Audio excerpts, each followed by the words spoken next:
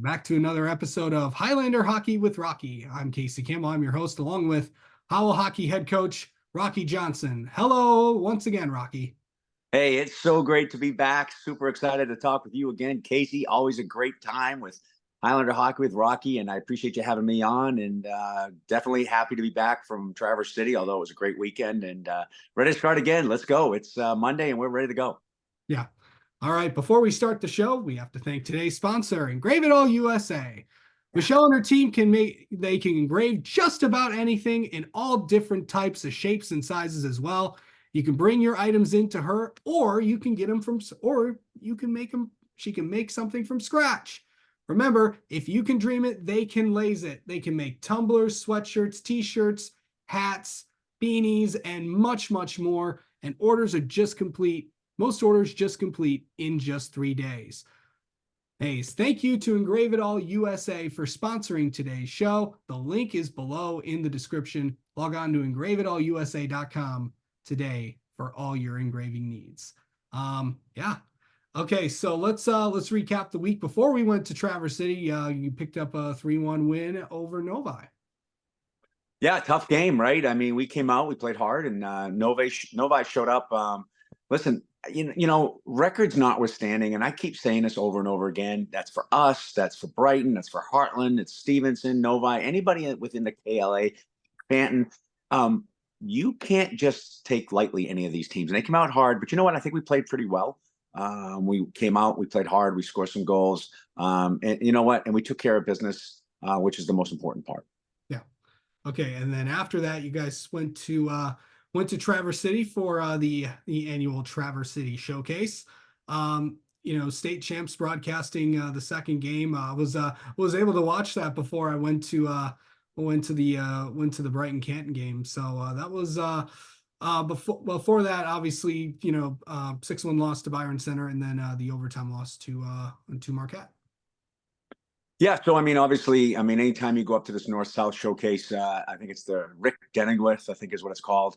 They do a great job up there. Bay Reps does a fantastic job. And listen, they had to deal with snow. So it was a tough weekend for them operationally. But, we had great competition. We had an opportunity to play against Byron Center. We knew that going in, and then things got a little bit different. They had to make some adjustments because of different teams not being able to play at certain times because of the weather, and matched us up with a really, really hard, great team from the UP with Marquette, strong. So we had two real legitimate type, strong, state champ type games. And I think that made us a better team. I mean, let's look at Byron Center, one of the best teams in the state. You can argue CC, but I think you can make an argument from Byron Center. They've done a great job there, incredibly well coached and well structured. But listen, we'll never beat a team like that, or any other team for that matter, if we're in the penalty box. We gave up 4 power play goals, had a bunch of penalties, and you can't play shorthanded to a good team. You just can't do that, and we didn't have the discipline during that game. If you take that away, it's a 2-1 game, 0-0 in the third period. It's not coincidence that it was 0-0 in the third period, and we had no penalties against. So that's not a coincidence, Casey. We cannot compete with the best teams in the state of Michigan if we're going to be in the penalty box and a man down. You just can't do it. No team can. But you know what? I think the boys rallied back. I mean, 6-1 looks awful. But we rallied back, like I said, 0-0 in the third period of that game. And then we ended up with Marquette. And I'll tell you what, Marquette's a strong team. They roll 4 lines. They keep going. It's almost like a speed bag and punching, in boxing. They just keep coming. But I think we matched up pretty well. We are a skilled, fast team, and we skated with them. I think we played really well. Let in a couple of goals that I feel a little suspect. I don't think we should have given up those couple of goals, but we did nonetheless. Pulled the goalie at the last game. I mean, you want to talk about excitement, Casey? We pulled a goalie, about a minute and a half left. We get out there, and then we get a nice goal by Joel Escala with a great tip. That was pretty good. Oh, my gosh. What a great hockey play, And then, we go into overtime, right? But, like I said, I think there were a couple of soft goals that we gave up, which didn't help us any. And, to be honest, we've given up 10 goals in the last 2 games.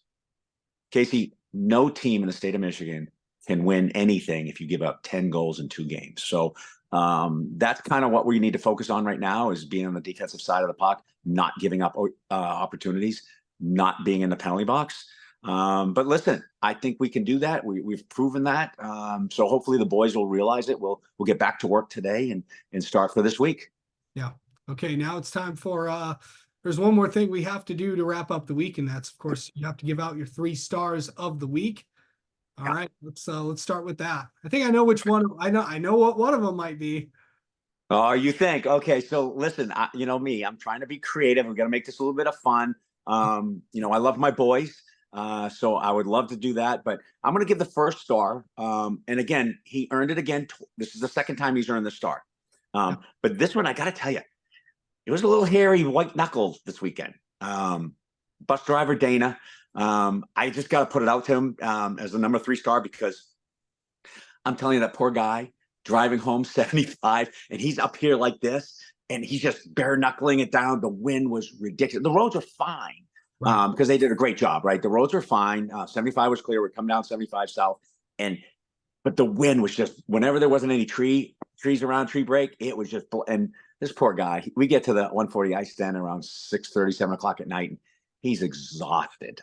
So 3rd star goes out to him. He did a great job. We appreciate everything he does. He's been kind of our driver. We're fortunate enough to get him. 2nd star, I'm going to give it to Bay Reps and the committee that ran the North-South showcase. And the reason why is, listen, the local teams, which is kind of weird for me, but the local teams, Traverse City, their superintendent in that school system said, no, we're not skating until after such and such an hour on Saturday, which then caused Bay Reps, who runs it, to really juggle a lot of things. And it kind of put a few teams in a trick bag. Us was one of them. We were fortunate enough that we didn't have to change our time slot, which benefited us. But we ended up playing Marquette, which, listen, anytime you get to play a quality opponent like that, you're excited. But I want to shout out to them. Tom, I forget his last name off the top of my head, but he did a great job with Bay Reps, organizing and kind of juggling the lineup and who could play. And, listen, we had to do what we had to do. And I'm super excited for them. But, okay, so number 1 star of the week.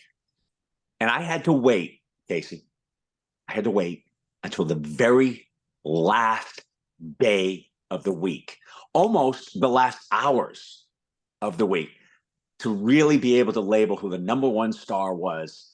Because honestly, and again, I'm not from here. I'm from New England, which everybody can hate on me. I get it, haters. I got it. But you have to understand, in the 70s and 80s where I grew up, 60s, 70s, and 80s when I grew up, New England was awful. Okay, we were terrible. And we had some success for a while. But can I just tell you that my wife and I set up, and we were all prepared, and we watched the entire game last night. And listen, number 1 star, Dan Campbell, Jared Goff, and the Detroit Lions, winning a playoff game at home. Great season, first time in almost forever. And now they're waiting today to see who they're going to end up with next week. So I got a number 1 star to the Detroit Lions. Let's go Lions. I mean, does it get any better with that? Honolulu Blue, I love it. So that's for me. That's the number 1 star this week.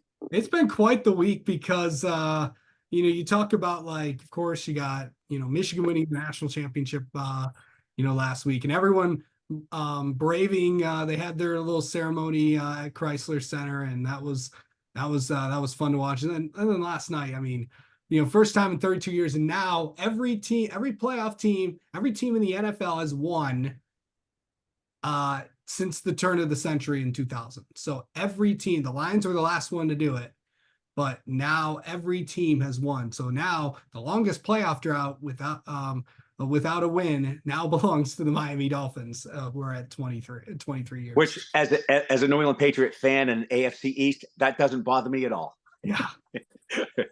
But I'm just so excited for Detroit. I can't wait. I'm just pumped. Yeah, I mean, well, since we're on the topic of New England, obviously that's been in the headlines a lot lately. I mean, Belichick, Belichick stepping aside, Jared Mayo coming in as coach, or Gerard Mayo, I think I should say.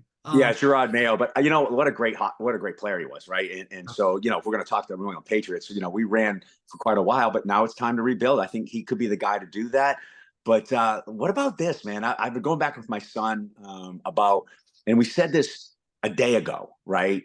And Dallas just really laid an egg. They did. Bad.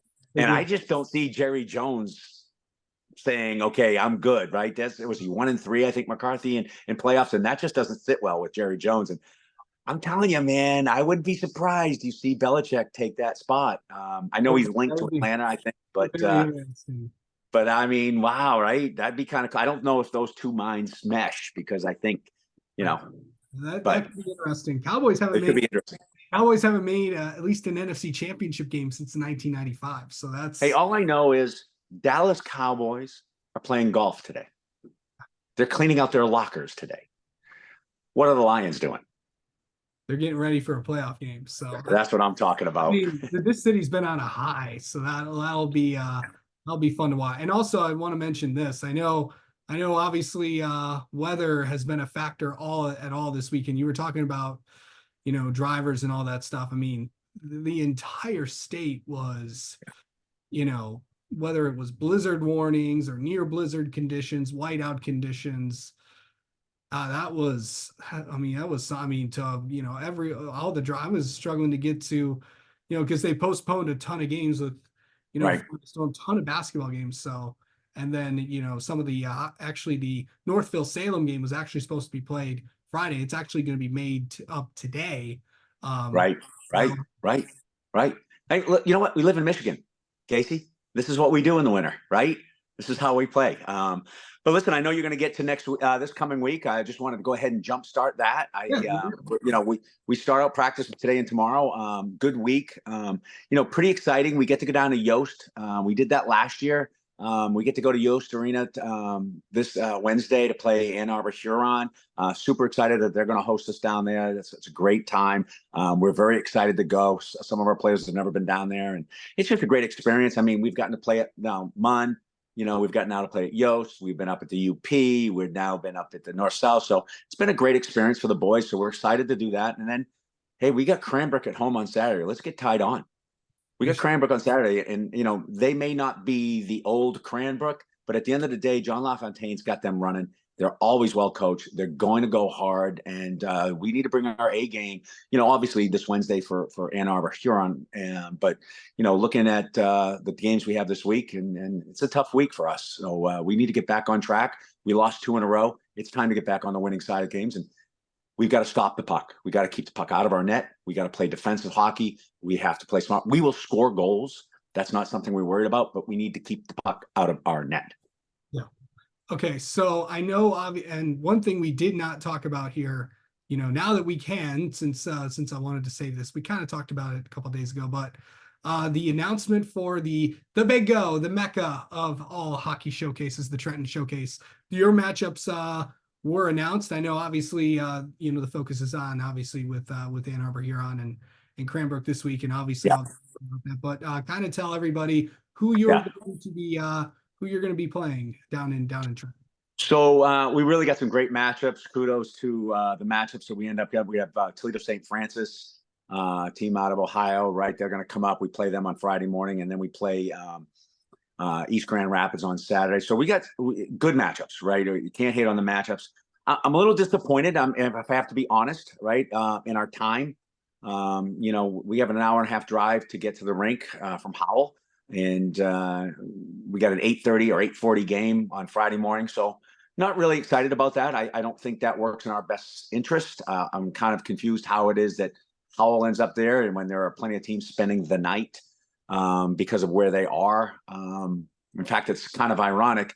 We're an MHSA team. It's an MHSA showcase hosted by Trenton, yet Team for Toledo has actually an easier drive to get there than we do. So I'm a little concerned about that. I'm not real happy about that.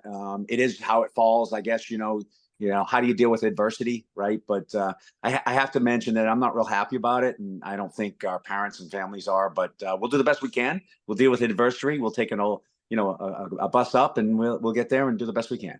All right, Rocky. Thank you so much for the time as always. That's going to do it for this Highlander Hockey with Rocky. Tune in next week where you'll find out how these guys did against Huron and Cranbrook, and then of course we'll preview a huge week. Yeah, I know. Okay. We'll save that for next week. All right. There you go. Have a good week, Rocky. We'll talk to you next week. All right, Kay, see ya.